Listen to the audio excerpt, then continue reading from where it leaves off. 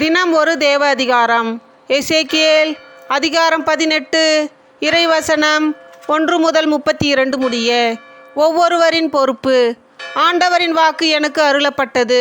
புளித்த திராட்சை பழங்களை பெற்றோர் தின்ன பிள்ளைகளின் பல் கூசிற்றாம் என்னும் பழமொழியை இஸ்ரேல் நாட்டை குறித்து நீங்கள் வழங்குவதன் பொருள் என்ன? என்மேல் ஆணை என்கிறார் தலைவராகிய ஆண்டவர். இப்பழமொழி இஸ்ரேலின் உங்களிடையே வழங்கப்படாது. உயிர் அனைத்தும் எனக்கே சொந்தம். பெற்றோரின் உயிர் என்னுடையது, பிள்ளைகளின் உயிரும் என்னுடையதே. பாவம் செய்யும் உயிரே சாகும்.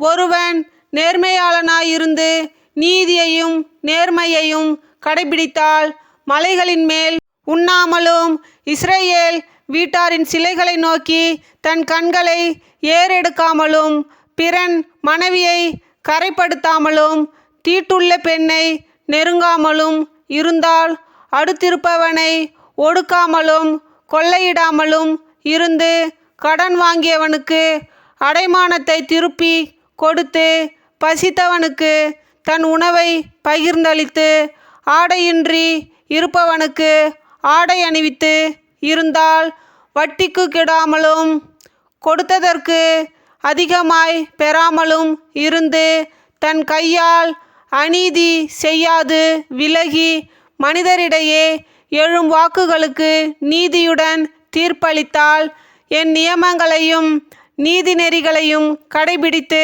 உண்மையுள்ளவனாக நடந்து கொண்டால் அவன் நீதிமான் ஆவான்.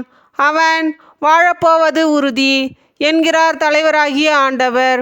ஆனால் அவனுக்கு பிறந்த மகன் கட்டுக்கடங்காதவனாயும் இரத்தம் சிந்துபவனாகவும் முன் சொல்லியவற்றுள் ஒன்றை பிறருக்கு செய்பவனாகவும் இருந்தால் தந்தை இவற்றுள் எதையும் செய்யாதிருக்க மகனோ மலைகளின் மேல் படைக்கப்பட்டதை உண்டு பிறர் மனைவியை கரைப்படுத்தி எளியவரையும் வறியவரையும் ஒடுக்குபவனாகவும் கொள்ளையடிப்பவனாகவும் அடமானத்தை திரும்பி தராதவனாகவும் சிலைகளை வணங்குபவனாகவும் அருவருப்பானதை செய்பவனாகவும் வட்டிக்கு கொடுப்பவனாகவும் கொடுத்ததற்கு அதிகமாக வாங்குபவனாகவும் இருந்ததால் அவன் வாழ்வானோ? அவன் வாழ மாட்டான். அருவருப்பான இவற்றையெல்லாம் அவன் செய்துள்ளதால் அவன் சாவது உறுதி. அவனது இரத்தப்பழி அவன் மேலேயே இருக்கும். ஆனால் இவனுக்கு பிறந்த மகன் தன் தந்தை செய்த பாவங்களையெல்லாம் கண்டு தெளிந்து அவ்வாறு செய்யாதிருந்தால், அதாவது மலைகளின் மேல் படைக்கப்பட்டதை உண்ணாமலும் இஸ்ரேல் வீட்டாரின் சிலைகளை வணங்காமலும் பிறன் மனைவியை கரைப்படுத்தாமலும் ஒருவரையும் ஒடுக்காமலும் அடைமானம் பெறாமலும் கொள்ளையிடாமலும் பசித்தவர்க்கு தம் உணவை அளித்தும் ஆடையின்றி இருப்பவனுக்கு ஆடை கொடுத்தும் எளியவருக்கு தீங்கிழைக்காமலும் வட்டி வாங்காமலும் கொடுத்ததற்கு அதிகமாய் வாங்காமலும் என் நீதி நெறிகளை கடைபிடித்தும் என் நியமங்களின்படி நடந்தும் இருந்தால் அவன் தன் தந்தையின் குற்றத்திற்காக சாக மாட்டான். அவன் வாழ்வது உறுதி. மாறாக அவன் தந்தை பிறனை கொடுமைப்படுத்தி கொள்ளையடித்து தன் இனத்தாரிடையே நல்லன அல்லாதவற்றை செய்தால் தன் குற்றத்திற்காக மடிவான். ஆயினும் தந்தையின் குற்றத்தை மகன் ஏன் சுமக்கக்கூடாது என்று நீங்கள் கேட்கலாம். மகன் நீதியையும் நேர்மையையும் கடைபிடித்து என் நியமங்களையெல்லாம் கை கொண்டு ஒழுங்கினால் அவன் வாழ்வது உறுதி.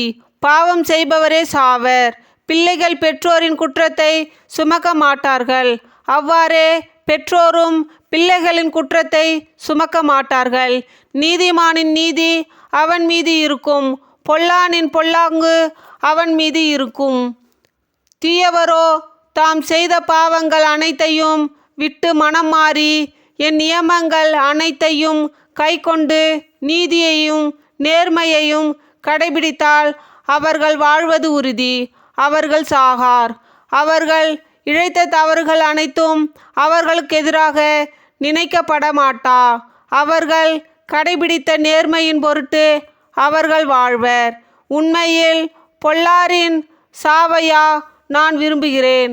அவர்கள் தம் வழிகளினின்று திரும்பி வாழ வேண்டும் என்பதன்றோ என் விருப்பம் என்கிறார் தலைவராகிய ஆண்டவர். நேரியவர் தம் நேரிய நடத்தையினின்று விலகி தவறிழைத்து பொல்லாரைப் போல் வெறுக்கத்தக்கவற்றை எல்லாம் செய்தால் அவர்கள் வாழ்வாரோ? அவர்கள் கடைபிடித்த நேர்மையானதெதுவும் நினைக்கப்பட மாட்டாது. அவர்கள் இழைத்த துரோகத்தின் பொருட்டும் செய்த பாவத்தின் பொருட்டும் அவர்கள் சாவர். ஆயினும் தலைவரின் வழி செம்மையானதாக இல்லை என்று நீங்கள் சொல்கிறீர்கள். இஸ்ரேல் வீட்டாரே, கேளுங்கள். என் வழியா நேர்மையற்றது? உங்கள் வழிகள் அன்றோ நேர்மையற்றவை? நேரியவர் தம் நேரிய நடத்தையினின்று விலகி தவறிழைத்தால் அவர்கள் தாம் இழைத்த தவறின் பொருட்டு சாவர். பொல்லார் தாம் செய்த பொல்லாப்பினின்று விலகி நீதியையும் நேர்மையையும் கடைபிடித்தால் தம் உயிரை அவர்கள் காத்து கொள்வர். அவர்கள் உண்மையை அனைத்தினின்றும் விலகிவிட்டால் அவர்கள் வாழ்வது உறுதி, அவர்கள் சாக மாட்டார்.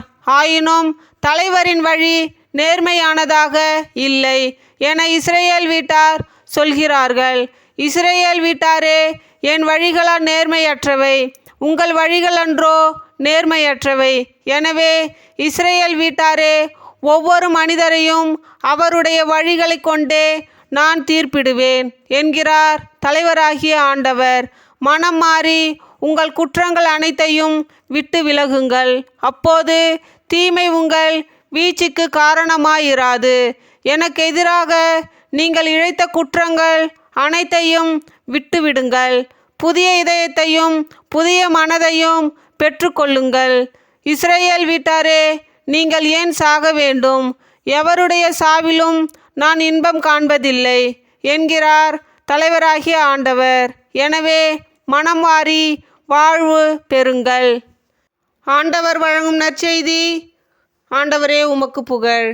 தந்தை, மகன், தூய ஆவியின் பெயராலே ஆமேன்.